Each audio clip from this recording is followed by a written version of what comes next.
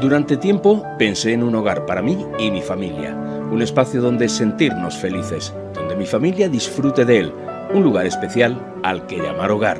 Lo encontré de la mano de DS Inmobiliaria, profesionalidad y servicio. Se ocupan de todo, son agentes europeos en gestión y administración inmobiliaria, peritos judiciales y tasadores inmobiliarios. No tuve que preocuparme de nada, solo de disfrutar de mi nuevo hogar. DS Inmobiliaria en Avenida de Levante 15, teléfono 968-075-007 y 603-560-118 o en nuestro correo dsjumilla@hotmail.es. DS Inmobiliaria, su inmobiliaria de confianza. Lo que te mueve, lo que te inspira,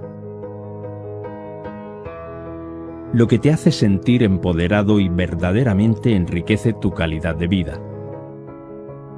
Puedes tomar la decisión de volver a hacer lo que amas. Sigue ese instinto. Toma acción y da un paso más cerca de ser tú mismo.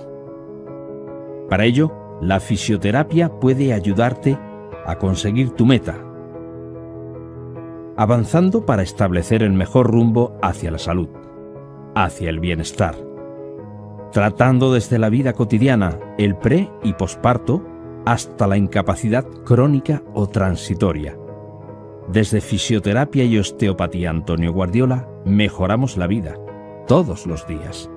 Somos innovadores y altamente capacitados. Cuidamos de la salud haciéndote físicamente activo. Marca esa diferencia vital en tu vida. Nosotros estamos para ayudarte a vivir plenamente, vivir sin miedo. Todo lo que tienes que hacer es elegir moverte tú. Hola, soy Carlos Borges, profesor y director de la Escuela de Cocina Cookstorming, y el día de hoy les voy a hablar acerca del risotto. Bueno, fundamentalmente de tanto del proceso de elaboración como de los ingredientes fundamentales o importantísimos a la hora de elaborar un risotto, ¿no? El ingrediente más importante sería el arroz, ¿vale? La misma palabra risotto pues traduciría en italiano arroz directamente. Riso es arroz, entonces vendría la palabra risotto. Cuando hablamos de arroz para risotto vamos a hablar de tres variedades italianas importantes, que sería el arroz arborio, como este que tenemos aquí, el arroz carnaroli, ¿vale? Y el arroz vialone nano. Son tres tipos de arroz que guardan, digamos, similitudes en gran medida, ¿vale? Pero que difieren en unos detalles. Primero, para hablar de esos tres tipos de arroz tenemos que saber que son, como he explicado en vídeos anteriores, arroces de tipo japónica o de la gran familia de los japónica. Arroces de grano redondo, ¿vale? Que guardan unas características propias de los arroces de tipo japónica, pero que al mismo tiempo también tienen algunas características de los arroces de tipo índica. ¿Qué características tiene del tipo japónica? La primera, un arroz que absorbe bastante humedad, que transporta muy bien, o sea que tiene alta humectabilidad, que cuando lo masticamos en el bolo alimenticio en la boca lo sentimos bastante húmedo, ¿vale? Y por consiguiente pues nos transmite muy bien el sabor del fondo con el que lo hemos cocido. Y otra característica importante de los tipos japónicas es que suelta bastante almidón al agua o bastante sólidos al líquido de cocción, haciendo que pues ese líquido se espese y nos resulte un arroz mucho más cremoso o untoso, ¿no? Un arroz cremoso, ¿no? Ahora, ¿qué características guardaría o tendría similares a los arroces de tipo índica? Es un arroz que cuando se cocina es más difícil que se pase, tiene una estructura más firme, tiene la característica fundamental de cuando tiene un breve reposo se retrograda el almidón y entonces tenemos un arroz que da un poquito más de resistencia al morderlo. Entonces sería un arroz en esas características un poco más similar a los de tipo índica. Pero es un arroz redondo, como les decía, de la familia de los japónica, pero que tiene esa cualidad. Esa cualidad es la que se busca, por ejemplo, a la hora de hacer un risotto. Un arroz que sea cremoso, untoso, pero que al mismo tiempo, cuando lo comamos, nos ofrezca una cierta resistencia al morderlo, ¿no? Si por ejemplo utilizásemos un arroz de tipo japónica de otro tipo de variedades, tendríamos el inconveniente que al cocerlo de la forma que se cose el risotto, moviéndolo, ¿vale? Seguramente fuese muy fácil que se nos pasase el arroz y nos quedase pastoso el resultado, digamos, final del risotto, ¿no? Aquí en España, un arroz que nos serviría para hacer, digamos, un risotto, o para que nos diera el mismo resultado que un arroz del mismo tipo de esas tres variedades, sería el arroz bomba, que guarda similitudes muy cercanas a esos tres tipos de arroz. Diferencias entre entre el arborio, el carnaroli y el bianolone enano? Pues fundamentalmente el carnaroli es como el arroz por excelencia para risotos. Tiene un porcentaje de amilosa más alto y eso hace que pues quede mucho más firme a la hora de comerlo, ¿no? Que nos ofrezca un poquito más de resistencia, que aguante un poquito más la cocción y que tenga esa textura que se busca en un risotto, ¿no? Después seguiría el arborio y después el bianolone enano, que guardan características muy similares, siendo un poquito menos de amilosa en cuanto al porcentaje con respecto a la amilopectina, y tenemos un arroz que igualmente nos va a quedar más firme, que al tener menos amilosa pues corremos un poquito más el riesgo que se nos pudiese pasar, digámoslo así, pero aún así tenemos muy buen resultado. Entonces, ya sabiendo qué tipo de arroz vamos a utilizar, qué tipo de arroz son los propios o apropiados, digamos, para el risotto, pues ya venimos con lo que sería el proceso de elaboración. Entonces, el recipiente o los elementos que vamos a utilizar, las herramientas fundamentales para llevarlo a cabo, sería en este caso una sartén de este tipo sauté o rondón, ¿vale? Que es una sartén con las paredes verticales altas, ¿vale? Que permite una evaporación del líquido, entre comillas, más controlada que una sartén común y corriente y mucho más rápida que en una olla más alta. Entonces eso es importante porque cuando vayamos ahora lo voy a ir explicando un poquito sobre el proceso de elaboración, nos conviene que la evaporación del líquido sea entre comillas rápida y la podamos hacer de una forma más controlada, ¿no?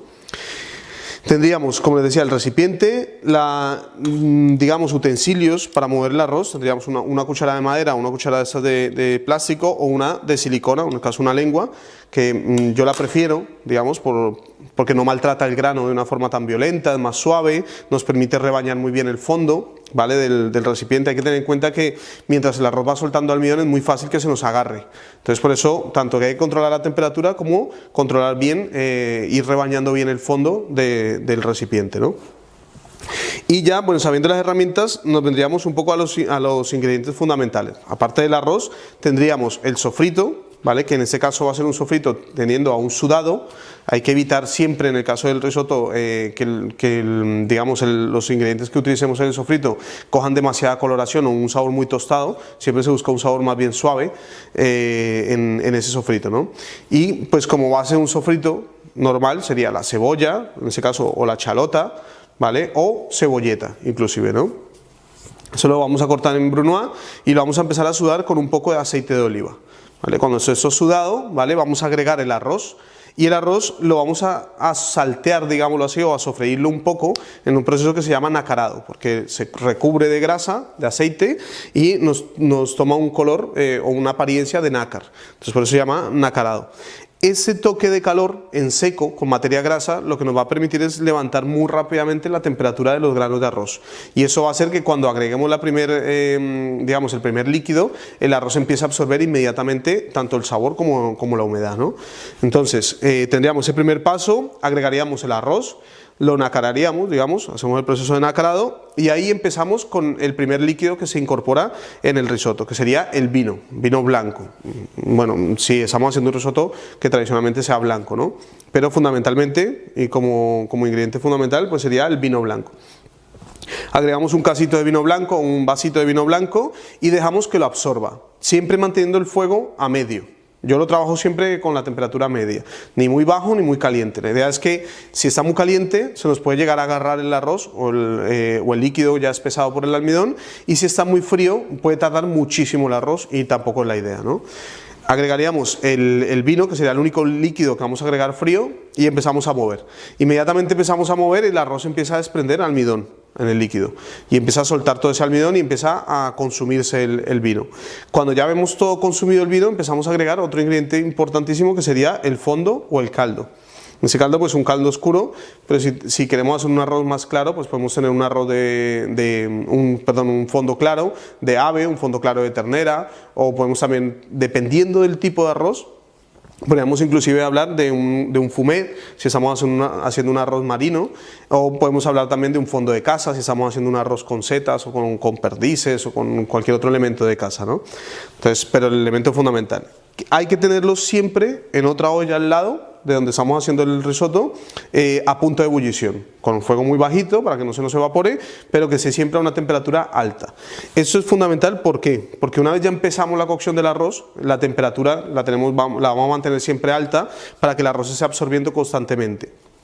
¿Por qué? Porque el almidón del arroz empieza a absorber agua, ¿vale? Y a gelatinizarse cercano a esa temperatura, a los 90 grados más o menos, a 90 grados centígrados. Entonces, la idea es que cuando agreguemos el primer caso de caldo, ese caldo esté caliente y no se pierda la absorción de líquido por parte del arroz y no detengamos, digamos, la cocción.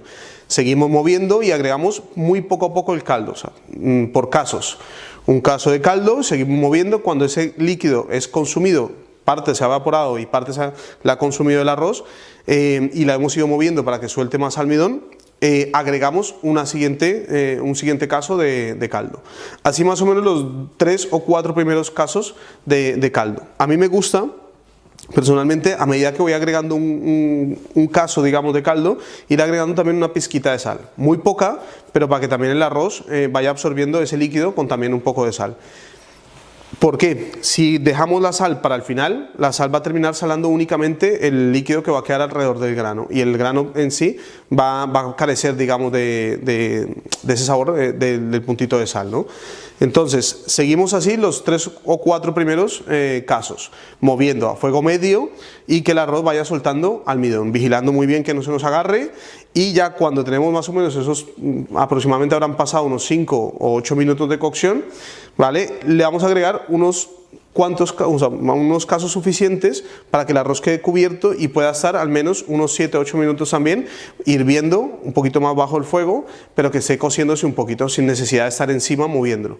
¿Por qué? El almidón que desprenda al principio es el almidón que nos va a ayudar a ligar al final de la cocción, cuando se evapore todo el agua, lo que nos va a ayudar a hacer que el arroz quede cremoso. Entonces no hace falta estarlo moviendo durante toda su cocción, que es aproximadamente entre unos 15 y 18 minutos de cocción, ¿no? Digamos, para ese tipo de arroz. Entonces por eso no hace falta estarlo moviendo. Los 3 o 4 primeros casos movemos y después agregamos arroz suficiente que quede cubierto bien el arroz, le bajamos un poco la temperatura y lo dejamos que se cocine durante unos 5 o 7 minutos para que vaya cogiendo ya bastante temperatura el arroz. Ya cuando haya pasado ese tiempo, cuando nos aproximemos a los más o menos 15 minutos de cocción, ya vamos a estar más pendientes, ya vamos así, seguimos moviendo, si hace falta vamos agregando más fondo caliente y vamos también condimentando, ya podemos probar el fondo y saber en qué punto está, si necesitamos un poquito más o podemos parar de agregar sal.